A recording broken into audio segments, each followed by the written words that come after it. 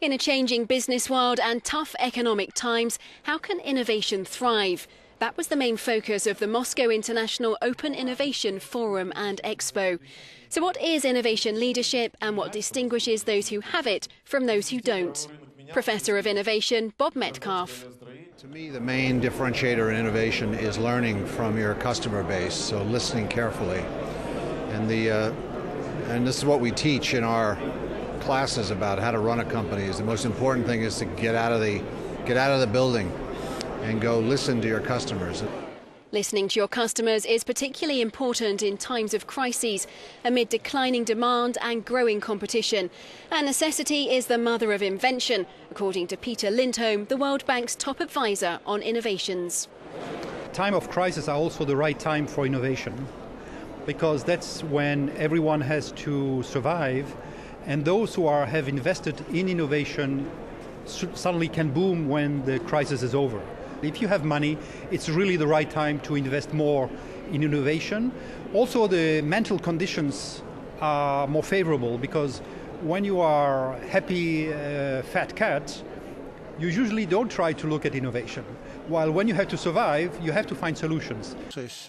So what about Russia? Prime Minister Dmitry Medvedev says the Kremlin is committed to supporting innovation and research.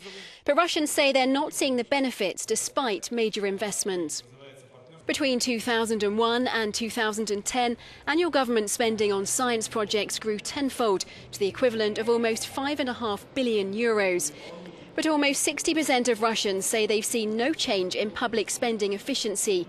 One problem is the cushion that energy earnings provide. Russia's Deputy Minister of Economic Development told Euronews. It's true that it could be more difficult for the country to develop innovation when it has a permanent source of money from exportation of oil and gas. But it doesn't mean that we will not have innovation. First, the commodity sector itself now needs innovation much more than it ever has before. And also there are in Russia a lot of sectors that are not connected with oil and gas production, and which work directly in the global markets. I mean the IT sector, which has shown double-digit annual growth in the last couple of years.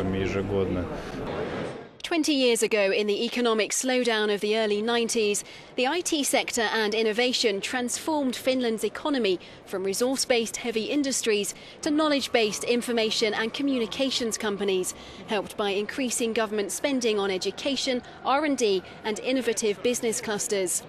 Finnish icon Nokia is now losing its independence and many jobs with the purchase of its mobile phone business by Microsoft.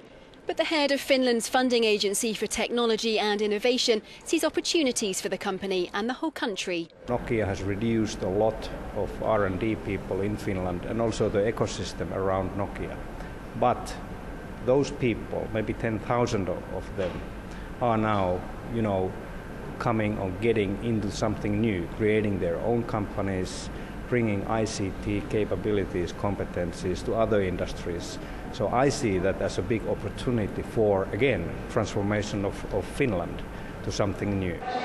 Our correspondent at the forum says, in tough economic times, spending on innovation by businesses and governments is not just necessary, but the best way to survive. As Microsoft's founder Bill Gates famously said, innovate or die. Из Москвы для Euronews.